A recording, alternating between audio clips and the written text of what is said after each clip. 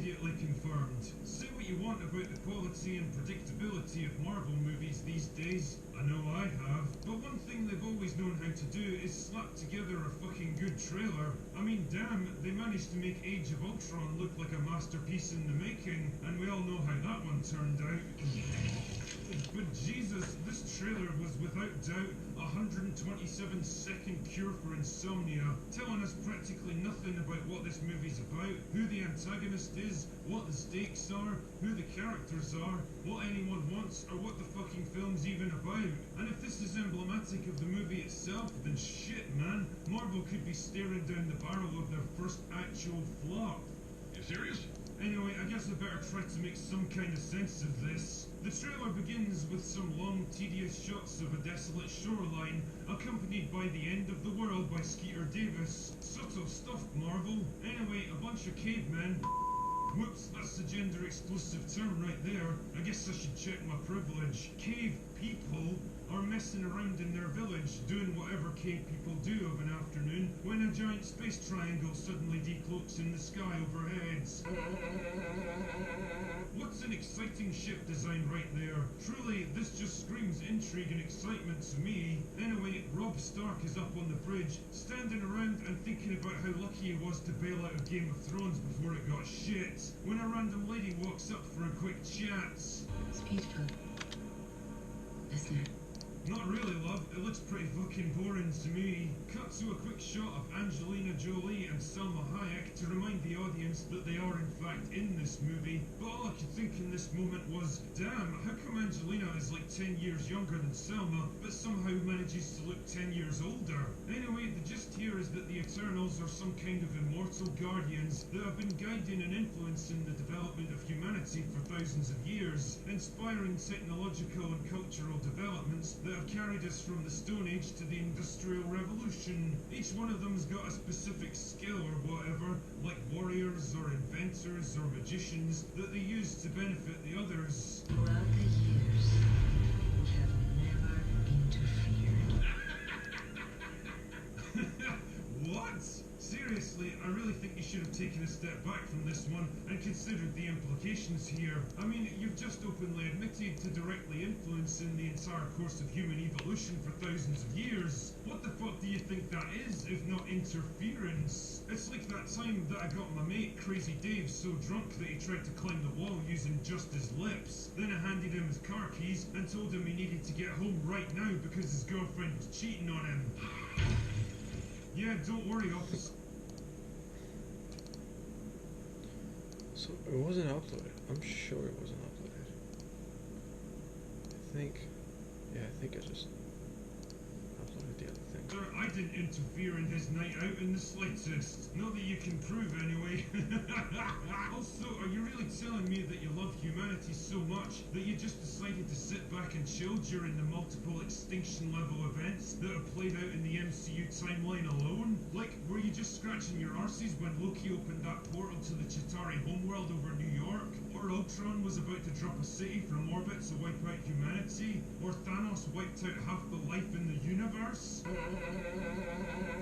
Fucking great bunch of heroes right there. Can't wait to throw my hopes behind them. Anyway, I guess something real bad must be happening now, because then old Selma decides the Eternals are going to start helping out for the first time in 7,000 years. Yay! And I guess they all decide to pose for a publicity shot on the beach, because they're standing there in the most obviously staged formation since the girl power moment in Endgame. What's an absolute yawn fest this trailer was. There was absolutely nothing here to get me even remotely excited about this movie. It all came across as flat, dull, low energy and crushingly boring. Like even the actors couldn't be arsed with it, which is pretty surprising considering most of them are a bunch of absolute nobodies that should be, well, eternally grateful to have gotten this gig.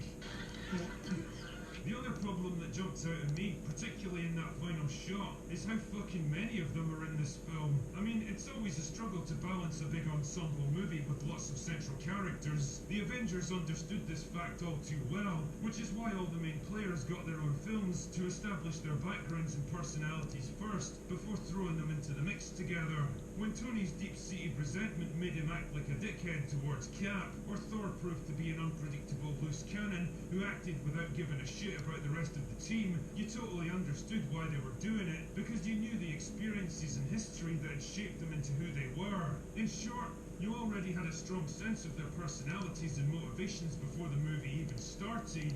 Unfortunately, the Eternals don't have that luxury. This movie has the daunting task of trying to introduce and establish no less than 10 characters, which tells me one of two things. Either the story will revolve around 2 or 3 core characters, with the rest of them reduced to one-note blank slates orbiting around the periphery, or the movie will stretch out into some tedious 3-hour epic that nobody in their right mind would want to sit through.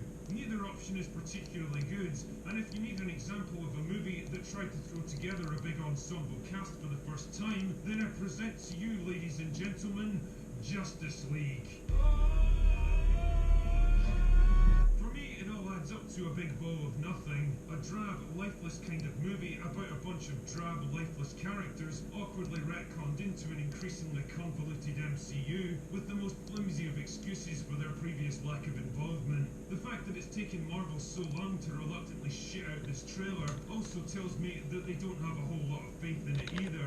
And if they're not excited about this film, then I'm certainly not going to bust a gut over it, and I don't imagine many other people will either.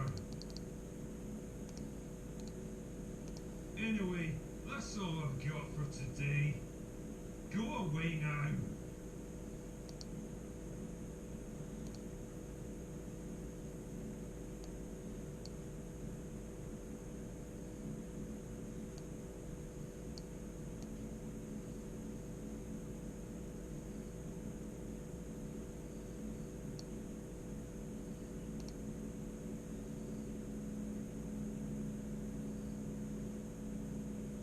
It's fair to say that Hollywood's been having kind of a tough time lately, what with the unspecified virus of unknown origin, shutting down movie theatres and delaying major releases over the past year, combined with embarrassing revelations about what goes on behind closed doors, and a growing atmosphere of antagonism and hostility between the fine folks of Tinseltown and the customers who ultimately pay their wages. And never were these troubles more obvious than in the ratings for last night's Academy Awards ceremony, which recorded the lowest viewing figures in the show's history, dipping below 10 million for the first time. Damn, it was even worse than last year.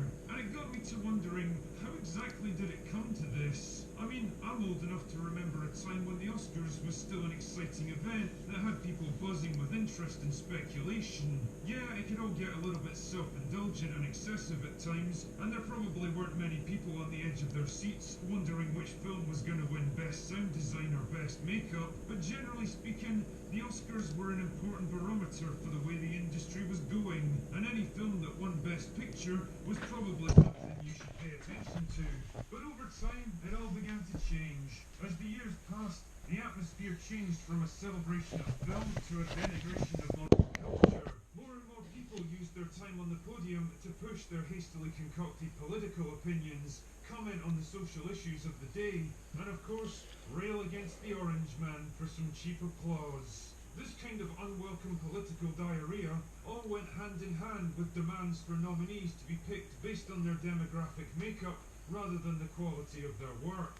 Great stuff, but the more desperately Hollywood tried to prove how virtuous and socially aware they were, the more we learned about the disturbing abuses of power behind the scenes that so many of them had quietly swept under the rug and turned a blind eye to for years. The end result of all of this was that Hollywood developed a reputation as a clique of arrogant, corrupt, spoiled, out-of-touch narcissists, endlessly lecturing regular people about how to live their lives, while conveniently ignoring their own shortcomings, pushing divisive political rhetoric with only a vague understanding of the issues at hand, and self-righteously railing against the very system that pays for their obscenely lavish lifestyles in the first place. So I guess this video is kind of an open letter to anyone in Hollywood who might be inclined to listen, and that being the case, my message is a simple one.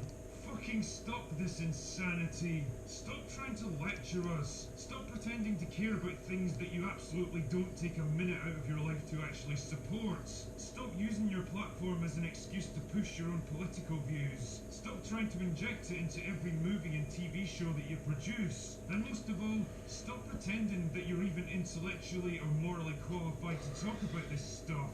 Your entire industry exists for the purposes of entertainment. That's your job. That's your one and only objective. You're there to entertain the paying customer. You're not there to tell them how to live their lives, or which groups of people they should support or condemn, or how the country should be run, or how they should vote in the next election. That is none of your fucking business. And the more you try to do it, the more people you piss off in the process. It's no secret that the past year has been kind of a tough one, and for most people, daily life isn't all that fun or uplifting right now. And that's where you should be in your element. Entertainment used to provide some much needed escapism from the troubles and cares of the real world. No matter what was going on in our lives, we used to be able to watch a movie or a TV show and just lose ourselves in a different world for a couple of hours. A world that was allowed to be fun, exciting, colourful and uplifting. It was like a little vacation from real life. And when we came back, we usually felt better about ourselves. A little more ready to take on the next challenge that came our way, but not now. Now it seems like every single piece of media produced today has to be saddled with all the baggage and issues and grievances of the real world. Endlessly no escape from it anymore, but everywhere we turn, only to deliver relentless doom and gloom, or smug lectures about how we need to be better, pay a little extra for a tax hidden behind the mask of righteousness. Do you really think that's what never fear, because like right now, kind of intoxicated is the all that comes from people who absolutely aren't in a position to lecture anyone was wrong. Believe it or not, I don't entirely blame you for this. You live in a strange little fantasy bubble, safely removed from the real world, and surrounded by people who think just like you, or at least pretend to. People who automatically agree with every dumb thing that you say, and fueled by news and social media that's entirely skewed in one direction. But all that stuff is just as fake as the movies you produce, and the result is that you don't really understand the people you try to pander to. I mean, imagine for a